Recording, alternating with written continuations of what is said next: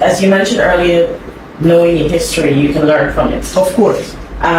Based on what occurred in 2020, how now is GECOM's meeting with the Guyana Police Force? Have you had a meeting with the Guyana Police Force to understand their readiness So, or any eventualities? for as long as I've been at GECOM, those sorts of operational meetings, etc., is usually handled by the Secretariat. But you get reports. And we get reports, as we have always gotten. And the reports that we have gotten,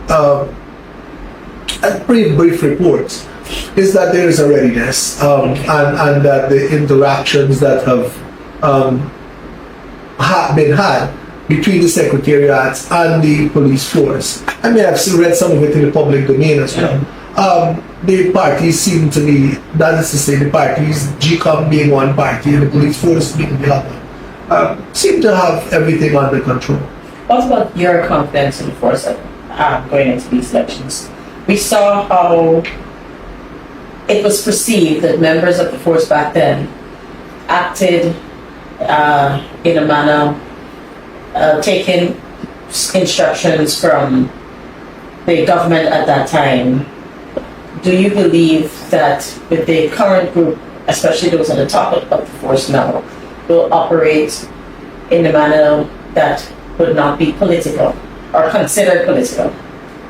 When you use the word perceived, Amina, I believe for a moment you forgot who you're speaking to.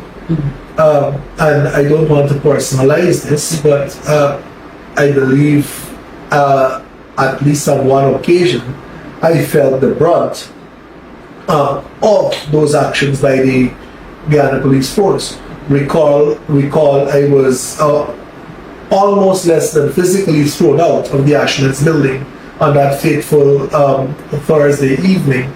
And I had the misfortune of witnessing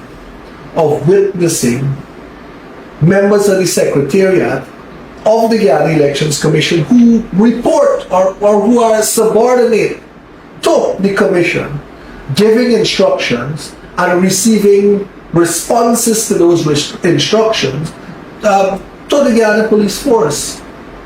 And by those people you mean?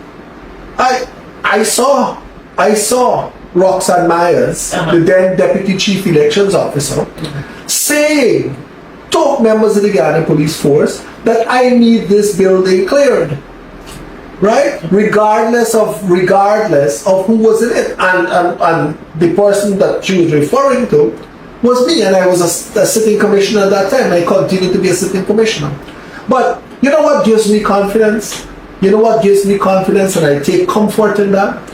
In spite of all of those insidious actions, in spite of all of those malicious acts by the police, in all of those less than professional expressions of behavior by the police and lots of other entities, the will of the electorate prevailed, and that I take comfort in, and that makes me sleep better at night.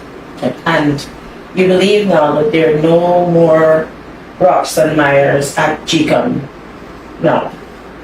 At least I hope not. Okay.